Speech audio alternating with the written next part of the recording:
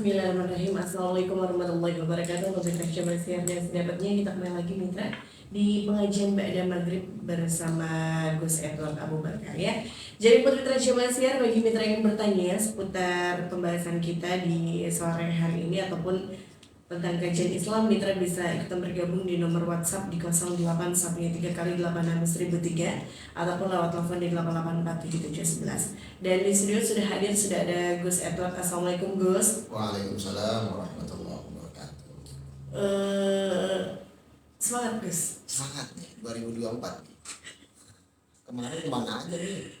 Kemarin kemana aja? Healing kita. Emang Gus Edward kayak halan-halan? Alhamdulillah halan-halan dari rumah kan ketemu Bang Jerry. Ketemunya sama Bapak ya? Iya. Iya. Kemarin ketemu Bang Babay. Ya kalau yang sebelumnya saya goib sendirian. Ada Bang Jerry doang, suara mami ada tapi wujudnya nggak ada. Ya udah.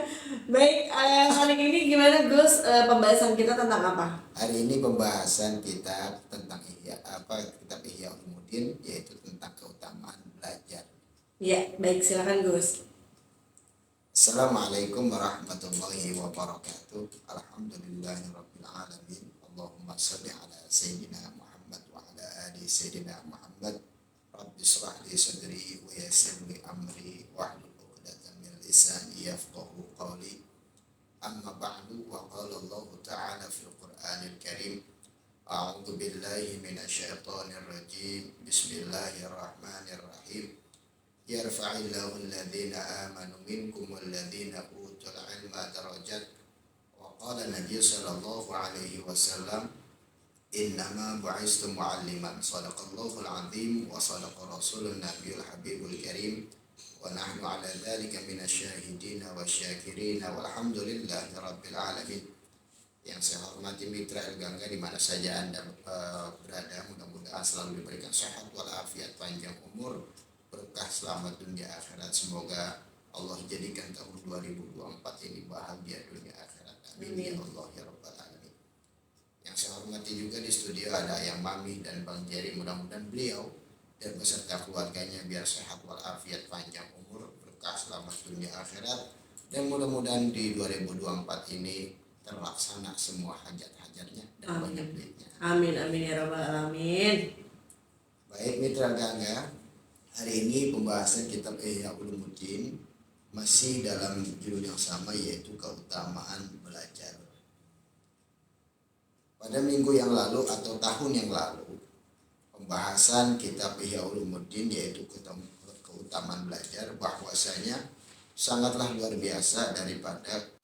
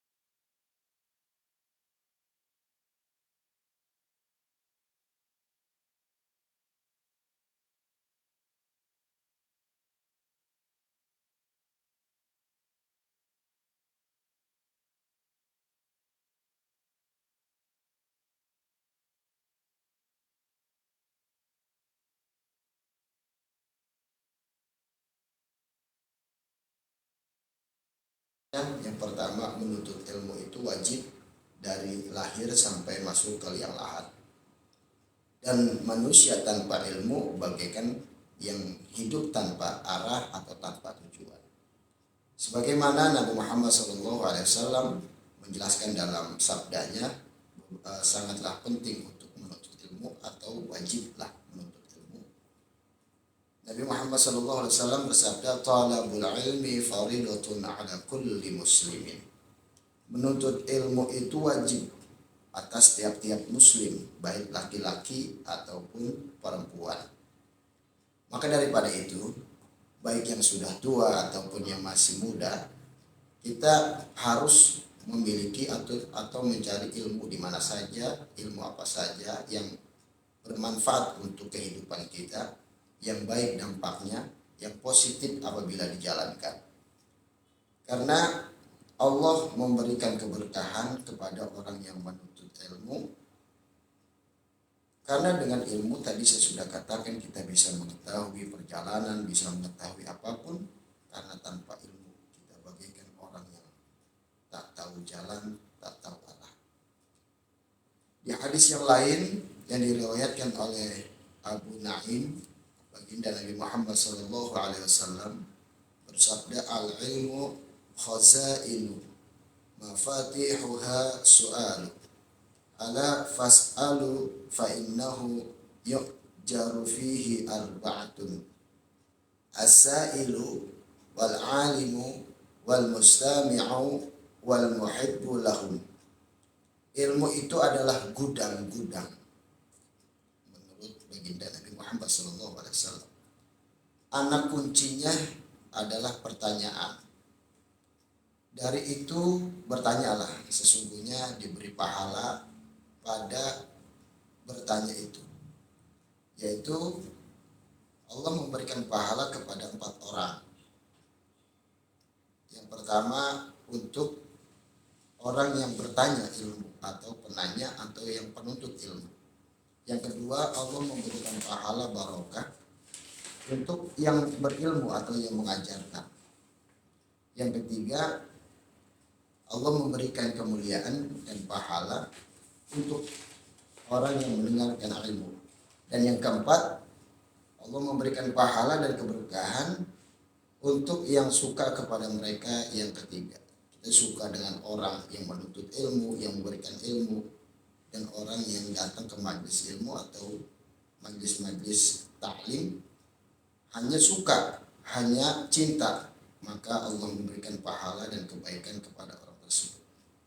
Nabi Muhammad SAW bersabda, la yanbaghi lil jahili ayyaskuta ala ilmihi. Tak wajarlah bagi orang yang bodoh berdiam diri atas kebodohannya. Dan tak wajarlah bagi orang yang berilmu berdiam diri atas ilmunya. Yang diriwayatkan oleh Imam At-Tabrani. Bagi kita yang bodoh, bagi saya yang bodoh, maka harus menuntut ilmu. Karena kata Nabi, tak wajar untuk orang yang bodoh berdiam diri. Dan tidak wajar juga untuk orang-orang, untuk para guru, untuk orang alim yang memiliki ilmu, lalu dia berdiam saja. Maka itu taklah wajar. Maka sebaiknya saya dan kita semua yang belum mengetahui ilmu, maka kita mencari ilmu agar kita diberikan keberkahan dan pahala dari Allah, dan orang yang memiliki ilmu pantas untuk memberikan ilmunya kepada kita semua. Dalam hadis yang diriwayatkan oleh Abu Dzar radhiyallahu anhu, Rasulullah SAW bersabda, menghadiri majlis orang berilmu lebih utama daripada mendirikan sholat 1000 rakaat. Kalau minggu yang lalu dalam sabda Rasulullah SAW itu adalah 100 rakaat. Tapi dalam sabda yang lain, baginda Nabi Muhammad SAW mengatakan menghadiri majlis orang berilmu lebih utama daripada mendirikan sholat 1000 rakaat. Lalu keistimewaannya apa lagi? Yaitu mengunjungi 1000 orang yang sakit. Orang yang menuntut ilmu itu lebih utama daripada mengunjungi 1000 orang sakit. Dan bertakziah kepada 1000 jenazah. Lalu orang bertanya, wahai Rasulullah SAW, dari membaca Al-Quran bagaimana? Maka Rasulullah SAW menjawab, adakah manfaat Al-Quran itu selain dengan ilmu? Maksudnya, apabila kita membaca Al-Quran tanpa ilmu, maka amalannya sia-sia. Lebih baiknya kita membaca Al-Quran, melakukan ibadah-ibadah yang lain dengan ilmu, maka kita tahu baik buruknya, tahu salah dan benarnya, sehingga bacaan kita, ibadah kita diterima oleh Allah Subhanahu wa taala. Nabi Muhammad sallallahu alaihi wasallam bersabda, barang siapa meninggal dunia sedang menuntut ilmu untuk menghidupkan Islam, maka antara dia dan nabi-nabi dalam surga sejauh satu tingkat.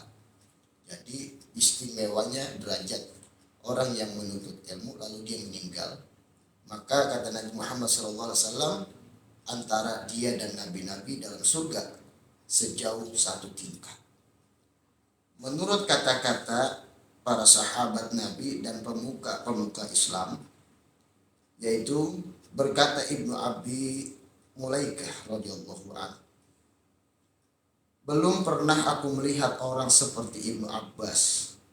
Apabila aku melihatnya, maka tampaklah mukanya amatlah cantik. Apabila ia berkata-kata, maka lidahnya amat lancar. Dan apabila ia memberi fatwa, maka dialah orang yang amat banyak ilmunya. Luar biasa. Ibnu Abbas memiliki ilmu yang banyak dan mengajarkan ilmunya kepada para sahabatnya, kepada muridnya. Berkata Ibnul Mubarak radhiyallahu an, aku heran orang yang tidak menuntut ilmu. Bagaimana ia mau membawa dirinya kepada kemuliaan? Berkata juga sebagian hukama, sesungguhnya aku tidak belas kasihan kepada orang-orang seperti belas kasihanku kepada salah seorang dari dua, yaitu orang yang menuntut ilmu dan tidak memahaminya, dan orang yang memahami ilmu dan tidak menuntutnya. Berkata Abu Darda radhiyallahu an, lebih suka aku mempelajari satu masalah daripada mengerjakan sholat satu malam. Orang yang berilmu dan orang yang menuntut ilmu berserikat pada kebajikan, dan manusia lain adalah bodoh, tak ada kebajikan padanya. Hendaklah engkau orang berilmu atau belajar mendengarkan ilmu, dan janganlah engkau orang keempat, yaitu tak termasuk salah satu seorang dari yang tiga tadi, maka binasalah engkau. Berkata juga Sayyidina Umar radhiyallahu an, meninggalnya 1000 abid yang malamnya mengerjakan sholat dan siangnya berpuasa adalah lebih mudah daripada meninggalnya seorang alim, orang yang memiliki ilmu atau yang menuntut ilmu, yang mengetahui yang dihalalkan dan yang diharamkan oleh Allah Subhanahu wa taala. Maka daripada itu, kita sebagai umat Nabi Muhammad sallallahu alaihi wasallam, mari sama-sama kita menuntut ilmu di mana saja, kapan saja, terutama tempat-tempat di sekitaran kita, baik masjid, mushola, majelis taklim. Kita sama-sama syiarkan, kita sama-sama dukung, kita makmurkan tempat ilmu tersebut. Semoga Allah jayakan Islam di sekeliling kita dan kita semua menjadi orang yang faham ilmu agama. Wallahu a'lam bishawab. Demikian. Ya, baik, untuk mitra Syamsiar, bagi mitra yang ingin bertanya, silakan mitra bisa kita bergabung di nomor WhatsApp di 0813 dan di nomor telepon di 8847711 ya. Baik, langsung aja, ini sudah ada pertanyaan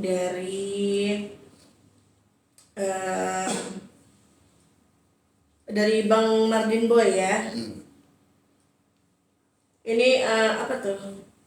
Di Mustika Jaya. Gue mau tanya, kalau saya makan di rumah temen lagi Natalan, kalau nggak makan saya nggak enak. Kalau saya makan takutnya ada daging B2 gitu ya, atau daging lainnya. Nah saya makan juga akhirnya. Kalau itu dimakan haram kan, saya dosa apa enggak nih? Saya cicip aja dah, saya buang ke belakang. Itu sudah terjadi, itu gimana Gus? Baik. Apabila kita ditawarkan makan, jangankan di rumah non muslim, di rumah muslim aja kita ragu, nggak usah makan. Kalau ragu ya.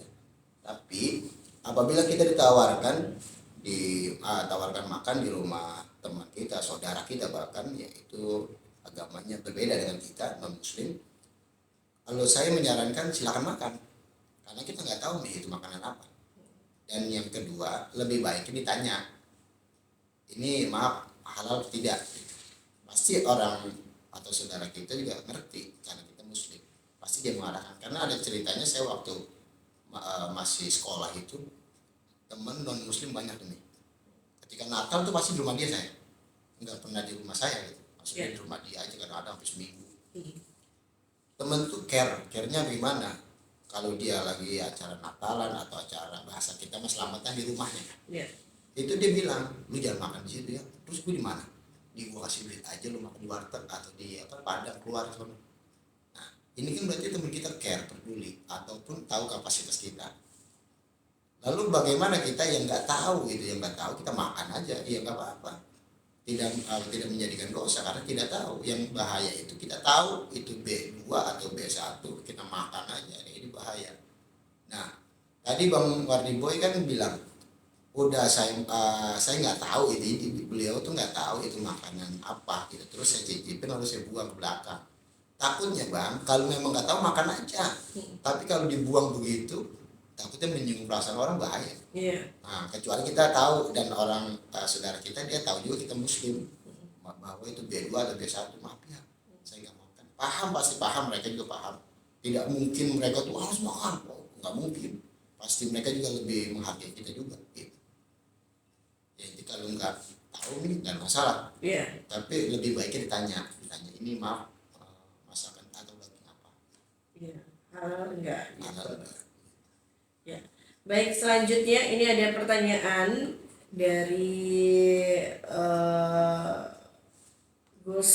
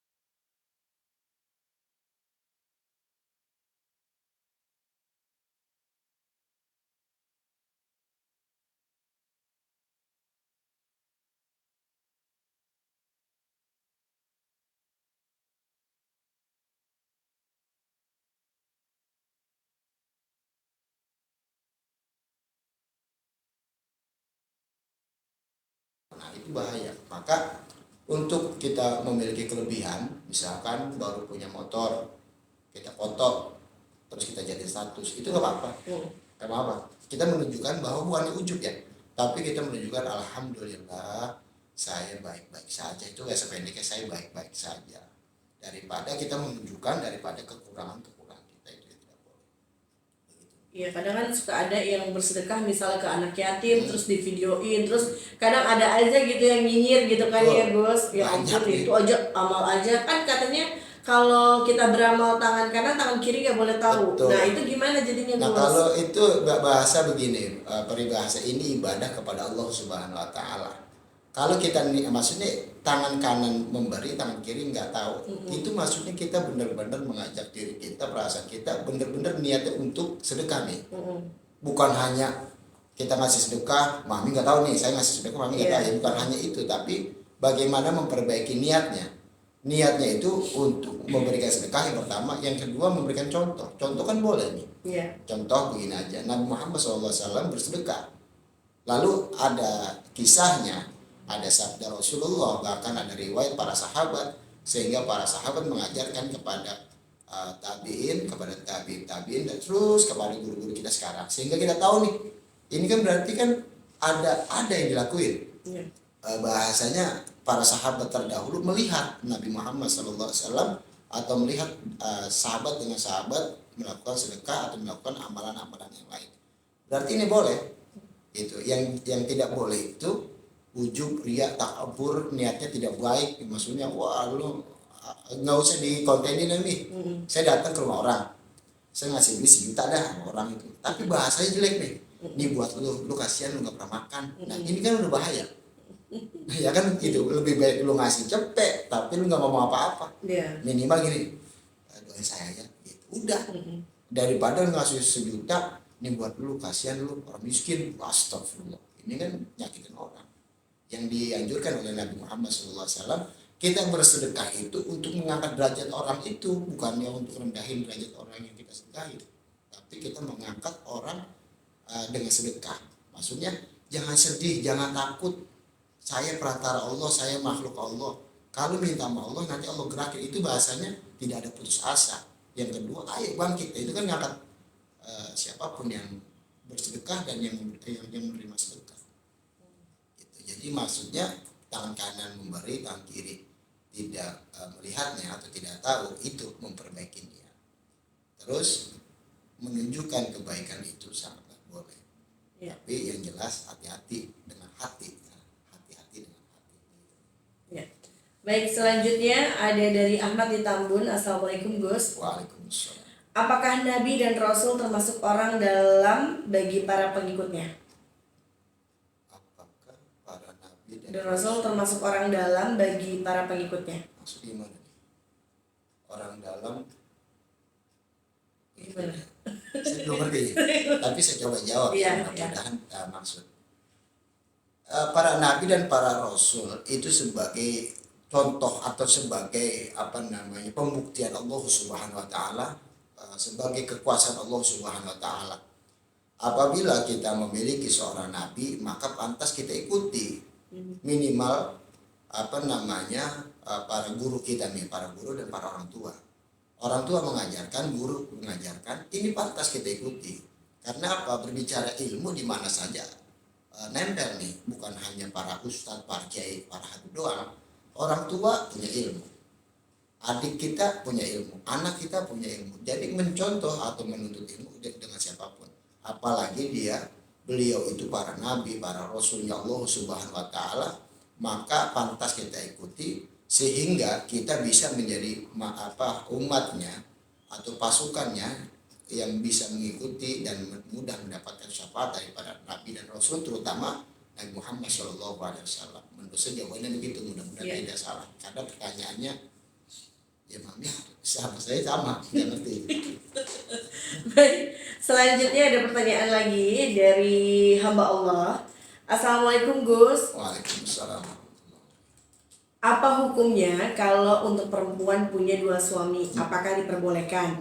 Udah bertahun-tahun nafkah batin gak terpenuhi karena suami ada masalah di kencantanannya.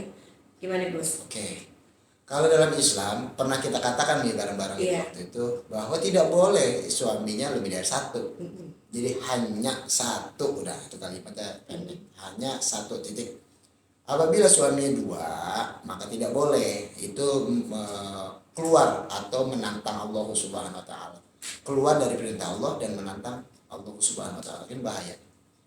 Terus suami saya tidak canggih lagi menafkahkan batin. Ya gini, intinya kalau cinta itu, kalau pasangan itu harus menerima apapun.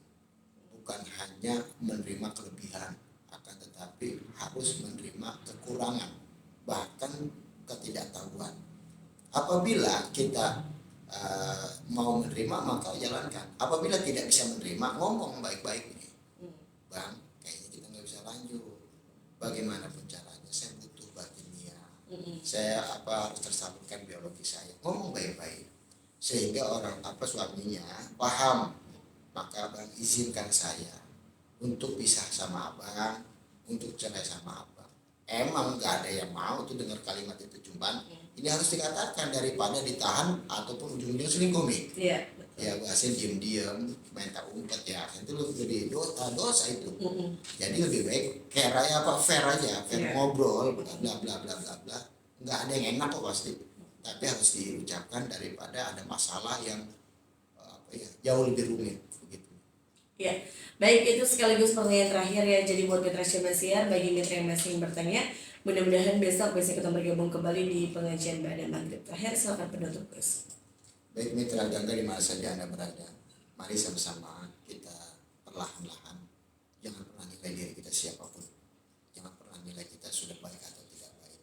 Tapi kita dukung, kita majukan agama kita. Kita dukung masjid, musola, majelis taklim di sekitar kita dengan harapan Islam tambah maju, tambah baik, dan kita semua bisa tambah bahagia dunia akhirat. Yang kedua, kita jangan pernah menilai siapapun, baik dia beda agama atau beda penampilan. Mari kita pelan-pelan berbaik sangka, berbaik lisan, berbaik apapun zahir dan batin kita kepada makhluknya Allah, karena kita sama-sama ingin menjadi rahmat untuk seluruh alam semesta ini. Yang ketiga, mari kita berdoa kepada Allah, mudah-mudahan doa-doa kita diijabah oleh Allah Subhanahu wa taala, dan mudah-mudahan di tahun 2024 ini semua hajat kita yang sulit menjadi mudah, yang tertahan menjadi dikeluarkan, dibantu oleh Allah Subhanahu wa taala. Keluarga kita menjadi keluarga yang baik, sakinah mawaddah warahmah, keturunan kita keturunan yang soleh dan solehah, bahagia dunia akhirat, dan Allah angkat derajat kita semua. Amin ya Allah ya rabbal alamin. Bismillahirrahmanirrahim. Alhamdulillahirabbil alamin. Allahumma shalli ala sayyidina Muhammad wa ala ali sayyidina Muhammad. Rabbana zalamna anfusana wa illam taghfir lana wa tarhamna lanakunanna minal khasirin. La ilaha illa anta subhanaka inni kuntu minadh dhalimin. La haula wala quwwata illa billahil aliyyil azim. Allahumma arinal haqqa haqqan warzuqna ittiba'ahu wa arinal batila batilan warzuqna ijtinabah. Rabbi ighfir lana wa liwalidayna warhamhuma kama rabbayana shighara. Rabbi zidna ilman warzuqna fahman. Rabbana hab lana min azwajina wa dhurriyyatina qurrata a'yun waj'alna lil muttaqina imama. Rabbi habli minas shalihin. Rabbi habli minas shalihin. Rabbi habli minas shalihin. Allahumma rizukna kamalan mutaba'ati lahum zahiran wa batinan ya arhamar rahimin. Rabbana atina fid dunya hasanah wa fil akhirati hasanah wa qina adzabannar. Wa sallallahu ala sayyidina Muhammadin wa ala alihi wa sallam. Walhamdulillahi rabbil alamin. Assalamualaikum warahmatullahi